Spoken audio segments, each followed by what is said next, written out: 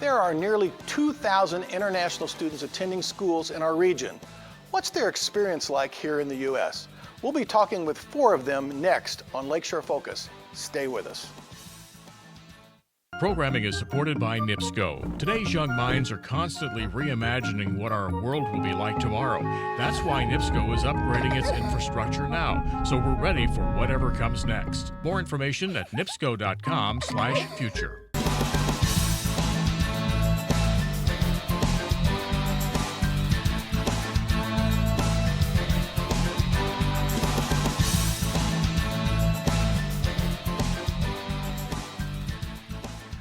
Welcome again to Lakeshore Focus, a weekly show highlighting the key issues, important events, and interesting people in our region. I'm Keith Kirkpatrick. Our regional colleges and universities in Northwest Indiana have seen a growing number of international students coming to America and enrolling here. We have nearly 2,000 in our region, and that does not include all of those in Chicago. What is it like for them at our schools, in our communities, in our country? With us today are 4 of these students who are studying at different regional campuses. We're going to meet them 2 at a time. Our first pair is MOHAMMED, ALSOWAYI, and, okay, I'm gonna really mess this one up, so I'm just gonna go with the Noni Shinbat part. Tell me, pronounce your first name for me. It's Narov Suren Shinbat. Good thing that you can do that and I can't. So thank you for both being here. And so our audience knows, first of all, I think you guys are both at the same school, Yeah. so you're attending. We're attending Purdue Northwest. Have you got this down now, the Purdue Northwest thing? Yeah. Yeah, finally. They've indoctrinated you to it? Yeah. Okay. And you are studying what, Noni? I'm studying finance, business. Okay, so you're in business and you're studying? I'm a computer engineer. Computer engineer. So this means you're both really smart. Yeah. Yeah, You're for supposed sure. to say yes. You're supposed to say yes. So, and how long, so where are you from? You're from? Saudi Arabia. Okay. And I'm from Mongolia. Okay.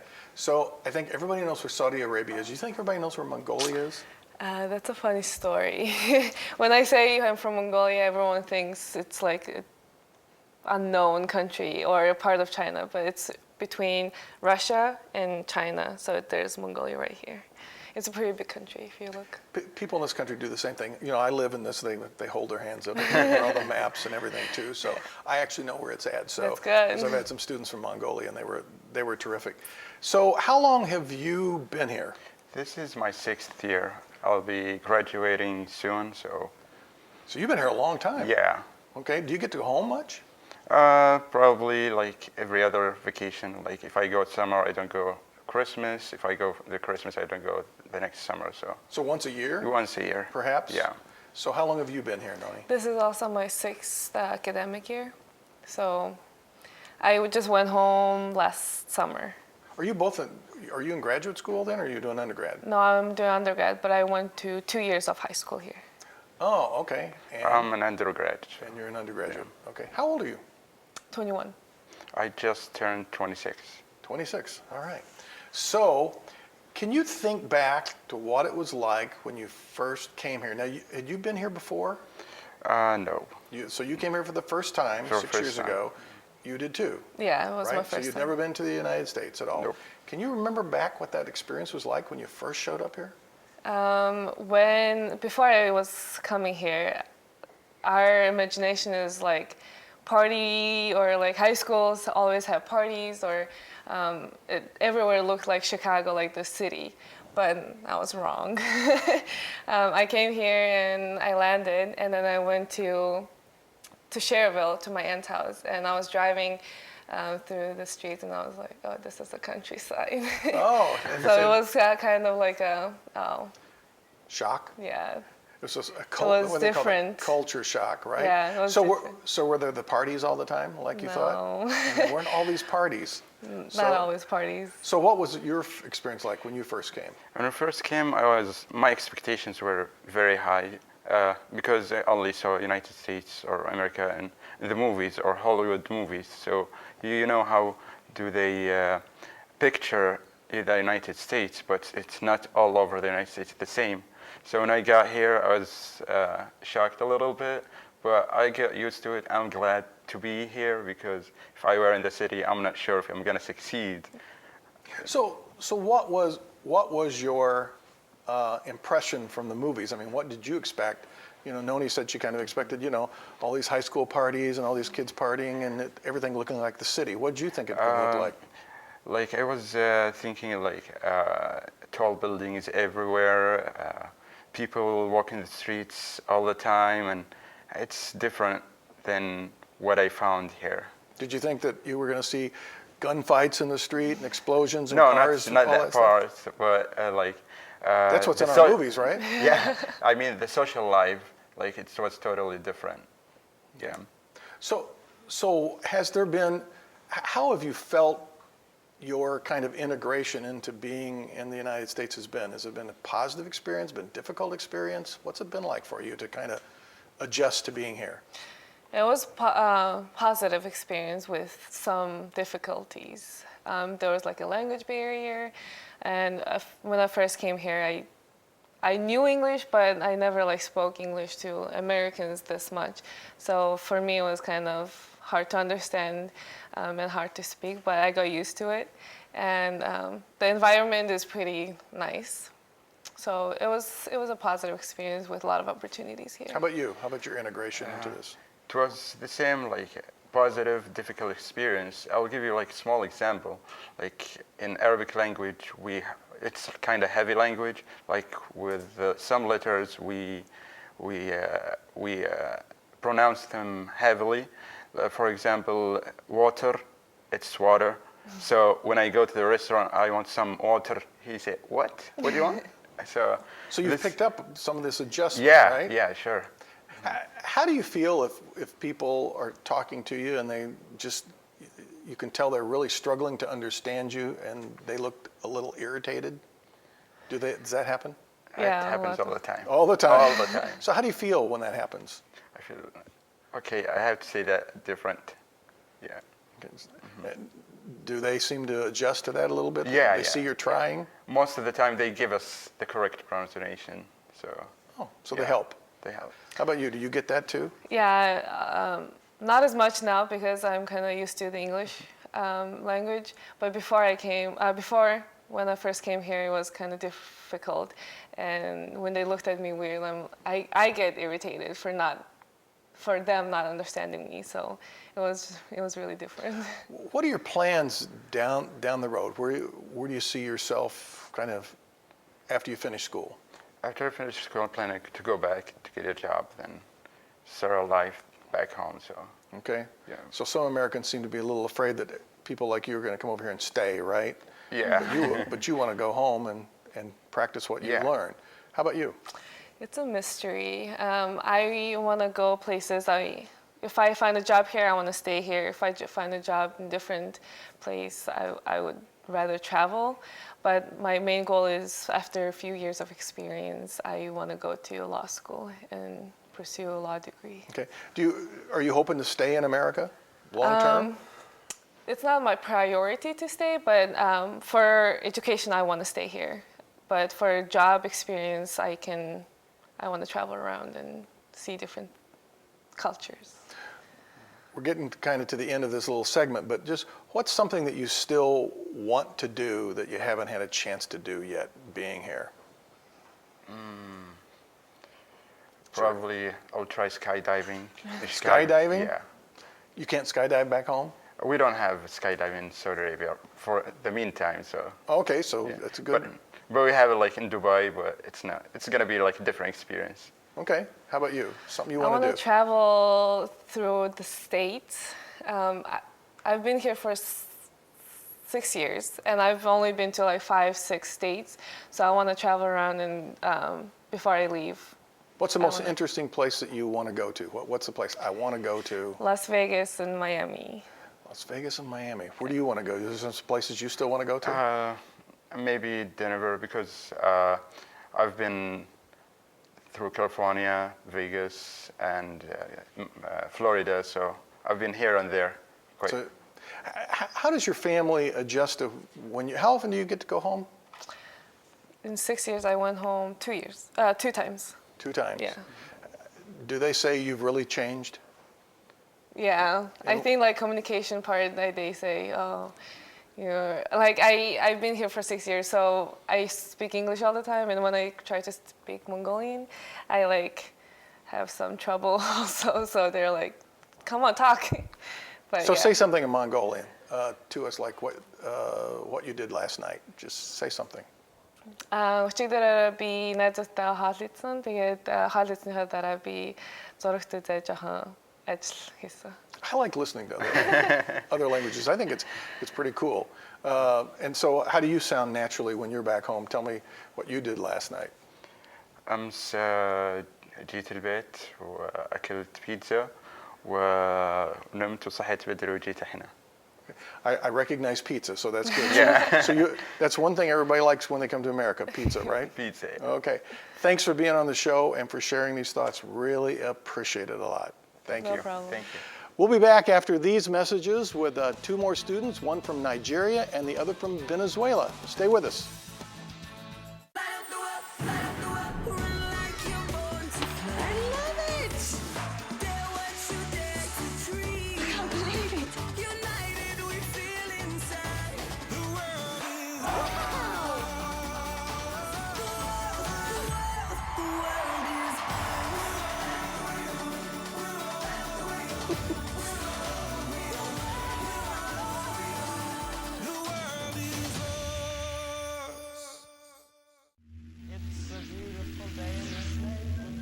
We are the curious.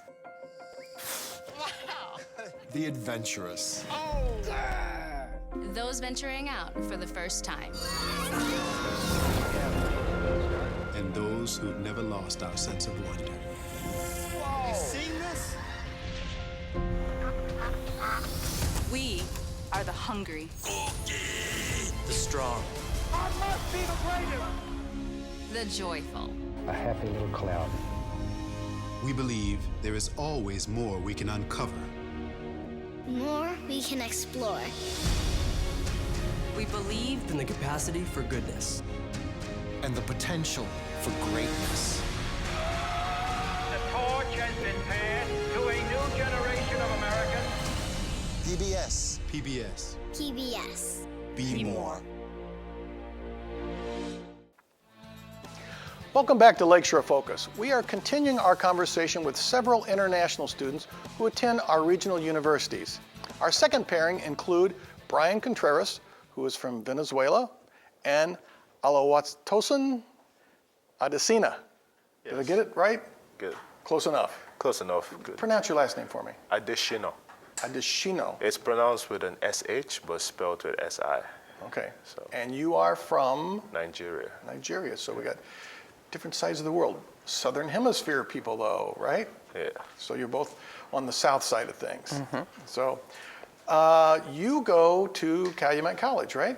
Okay, of St. Joseph. And how long have you been here? It's gonna be my third year next year here. Okay. So you haven't been here as long as some people. How long have you been here, Tosin? It's going to be my 5th year in January. Okay. Why did you decide to come? And you're at which school? Purdue Northwest. Okay. Your major is? Computer engineering. And your major? Business management. Business management. Okay. Why did you just want to or decide to come to America for school? It's an interesting story. There are two sides of it. In my case, one, it was my dream to come and play a sport here in America. And the other one is when I came here, my country was going through rough times, a lot of protests, and I was really involved. So as a way of escaping of that, I decided to come to So first of all, what sport did you want to come here and play? golf. Golf, okay. Don't they have golf courses in Venezuela? We do. Okay. So I just said that. I figured you did. But why playing golf here would be better? First, here is the PGA Tour, which is, the biggest league of golf. And second, the college system is built in a way that is so much competitive compared to our system in Venezuela. Okay. And so back in Venezuela, you were politically active. Is that what you're saying? Yeah. So you were a troublemaker? Kind of. Some people would consider that, right? Yeah. So how old are you now? 22. Okay. So you were politically active when you were pretty young. Yeah. I was 19, 20 at the time. Okay. Why'd you come here to school? Well, I have a cousin. Well, he used to go to Purdue Calumet then, and he told me about it. And the funny thing is, when he told me about Purdue, when I looked online, I actually looked at Purdue West Lafayette. So until I got my admission letter, that's when I knew there were different kind of Purdues, and I was like, oh, Purdue Calumet? Then it was Purdue Calumet, now it's Purdue Northwest. So I went online and I was like, it's So did you apply to the wrong place? No, well, he actually took care of the application and everything because we talked and he was like, oh, why don't you try it out? It would be a nice opportunity for you to come. They have a really good engineering program, and I know you like this. And I was like, okay, I'll give it a try. Do they have good engineering programs back in Nigeria? Not as advanced as it can be. So I'll say at the time, not really, no. Okay. Well, why Calumet College specifically for you? I didn't have much of an option actually, and I tried before here to come to the U.S. and get a scholarship and play golf, but I couldn't find any place. And a friend that we learned English together, he talked to me about Calumet, and I got in touch with the golf coach there, and that's how I ended up there. Okay. Is it hard to apply to get here? I mean, was that a complicated process for you to get accepted, come to school in this country? I would say for me it was easy because, like I said, my cousin took care of the application process, and he was still a student here, so he did most of the paperwork right before they could stop telling him things about my admission. So I'll say the groundwork, he did most of it, so I don't really know how difficult it was, but I said it was easier for me because I had someone here that helped me do the application. Yeah, I wouldn't say it's hard at all. It's just you get this idea in your head that is so much paperwork and stuff, but it's not hard. To me, it wasn't hard. I think there's a perception, I may be wrong, that when people come from another country here, that you either come from families that have money so you can pay tuition to go to these schools, or your government or some program paid for you to come here because you're poor, in your poor country or something. So how do you see it, not just necessarily for yourself, but how do you see other students who are here? Is that an accurate belief by Americans? Not really, I would say, because, well, it's true, so it's a little bit expensive to come over here to study, because when you look at the conversion rate for most of the home currencies to the dollar, it's pretty high in some cases. Well, in Nigeria it is. So if you're not well enough, in some cases, you can't afford to come to school if your parents can afford it, or if you don't have a backing of sorts. You probably couldn't even afford to go back there, I assume, to go to school there. Is that true? No, you can. You can go back. You can go to school there because school is, well, the public system is actually really cheap. Some schools are even free. Okay. So it still costs. Yeah. Do you think that perception's accurate, or? No, I don't think so. Actually, most of the people I know from my country, they are not wealthy people. They are here on either scholarship or some kind of help from other kind of. So you guys are just kind of regular, average people. I would say so, yeah. And most of the students that you meet are kind of like, they don't come from these real rich families or these really necessarily poor families. They're just people like us here. Yeah. So since you were politically active, I mean, our country seems to be going through some interesting things. How do you feel being here in the U.S., kind of given our current political climate? I can really get you going on this one probably, right? Sure. It's different. It's really different. My country has been going through really tough times in the past almost 2 decades. And the way we handle politics is completely different the way it's handled here. Freedom of speech and liberty rights are really strong here in the U.S. While in my country, we're trying to fight for those. So it's quite different. And I think it's really interesting the way you guys handle those kind of issues. Okay. How's it differ for you? It's different, almost similar to Venezuela, because freedom of speech is not a luxury back at home. It's, even if there's it's portrayed like people have freedom of speech, but it's still an agenda that is being pushed out. So you don't really get to say what's on your mind, and politics is a really dirty game back at home.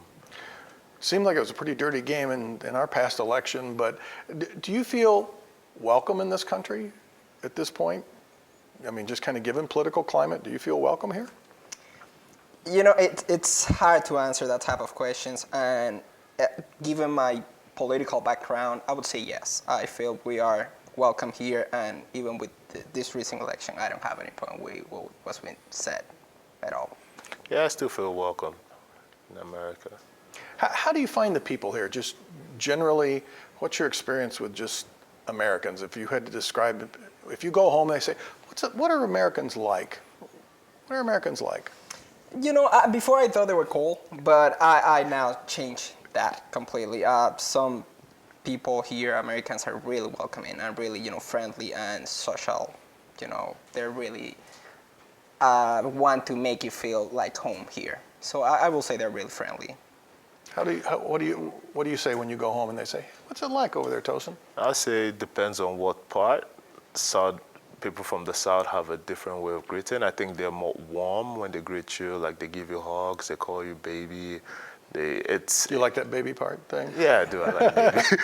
But like it gives you like a sense of home because it's very familiar to how people greet back at home. But maybe people from other sides, they just greet you on the go, like shake you and just keep walking. But in general, I'll say, yes, Americans are pretty cool. What are your aspirations? Where do you kind of hope to be when you finish school? What's kind of your plan? Well, I want to get a job in San Jose, California. San Jose, huh? Yes. You heard the weather's beautiful there, right? It's very awesome down there. So you want to go work there? How about you? I'm planning on getting start working next year, hopefully in New York, Wall Street, I expect. But after a couple of years, I'm planning to go back to my country and start changing some stuff down there. Trying to help with the political situation down there? Yes. Do you expect to go home at some point and try to do something there, or you would like to really pretty much put roots down here? Well, I want to put roots down here, but I also want to go home as much as I can because I'm not happy with the curriculum for engineering back at home, and whenever I can put an input to it, to change it or to affect it in some positive way, I would love to do that. Do you feel a pull from your family at home to like come back? Do you feel that? Or they're like, hey, stay there and make a fortune or do great? My parents are pretty much okay with whatever decision I make, as long as it's what makes me happy. And as long as they call you baby? Yeah, baby too. Okay, just real quick for you. Not at all, actually. They're pushing towards me staying here or going some other place that is not Venezuela. To keep safe? Yeah. All right. Thank you both for being on the show and sharing these ideas. I really appreciate it a lot. Thank you. All right. Good luck with everything. Thank you.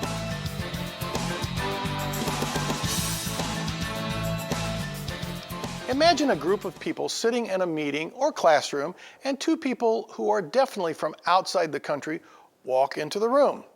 They are making a presentation. It's clear they are a little uncomfortable and are struggling with the language. The listeners seem a little agitated at the communication problem. One whispers to another, "I wish they knew how to speak our language." This may be a familiar situation, and you may have overheard or even had these thoughts. Their accent is so heavy, I can't understand what they are talking about. Or they are saying so many things incorrectly. It's distracting, you are frustrated, and some people even snicker. Oh, did I mention in my scenario just presented, the two guests were Americans trying to present to a group of Russians. Yes, this happens on both sides of the table. Yet in my travels, I have found people from other countries to often be more tolerant or appreciative of the struggle people have in communicating in different languages. Those in other parts of the world have had to face language barriers and figure out ways to interact for centuries. Just think, what would it be like if people in each of our states spoke a different language or dialect? When one of us crossed the Indiana-Illinois line, we better know how to talk like they do. Much of the world operates this way. We Americans have had the convenience of one primary language which our culture has expected, if not required, everyone to use. It also helps when English is practically an international language, meaning we can travel, be among other kinds of people, and it is usually them trying to speak English. This is changing as we become more of a global society. You will still periodically hear the demand for everyone to speak English in America, but communication is the responsibility of all parties. If I lived in another part of the world, I would probably work to learn that language as well as custom and culture. Would I be good at it? Probably not great, but they would know I was trying, and I hope when I am making that presentation to a group in their native tongue, they would not snicker, act frustrated, or whisper, "His accent is so dreadful, I can't understand what he's saying." We hope you enjoyed this show and have learned something about our international guests who are living and studying in America. We appreciate our viewers, whether they watch Focus at our regular broadcast time or consume it via the web. No matter how you access the show, we would like to hear your comments and thoughts. You can reach us through our email address or website, both listed on your screen. Be sure and join us next week for another Lakeshore Focus. Until then, I'm Keith Kirkpatrick saying, make a positive difference in our world today. Programming is supported by NIPSCO. Today's young minds are constantly reimagining what our world will be like tomorrow. That's why NIPSCO is upgrading its infrastructure now, so we're ready for whatever comes next. More information at nipsco.com/future.